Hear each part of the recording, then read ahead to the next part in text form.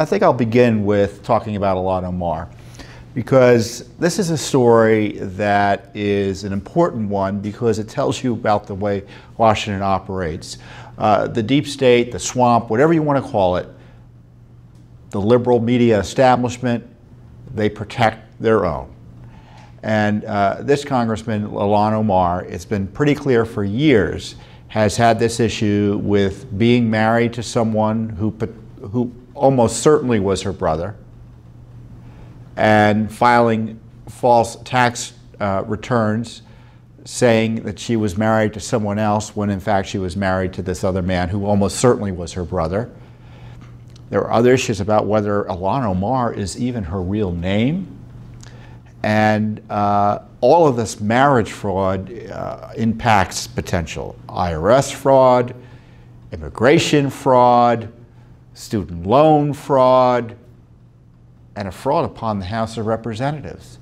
And so this story has been percolating out there for several years.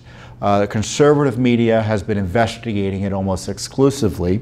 Finally, her hometown left-wing newspaper did a big story on it either late last week or earlier this week, raising questions about this issue.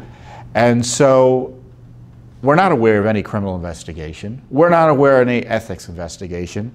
So once again, Judicial Watch steps up and does the common sense step that everyone would expect to be done, which is to request an investigation of the House Ethics Committee. And I'm going to start off with talking about this news story that appeared in the Minnesota Star Tribune. And this is the question, this is the headline. New documents revisit questions about Representative Ilhan Omar's marriage history. New investigative documents released by a state agency have given fresh life to lingering questions about the marital history of Representative Ilhan Omar and whether she once married a man, possibly her own brother, to skirt immigration laws. Do I need to read anything else? Of course the House needs to be interested in this. So I'm going to read to you the full complaint because you won't see it anywhere else in the media. And you can listen to it and share it and get the word out because it's going to take pressure from you, the American people, to get the House to move on this ethics process. The evidence is overwhelming that Omar may have violated the law and House rules. And of course, it's urgent that the House investigate this. Let's put it this way.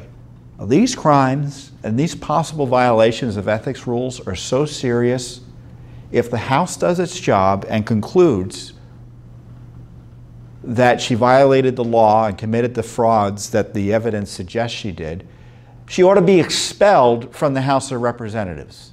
That's right, expelled from the House of Representatives.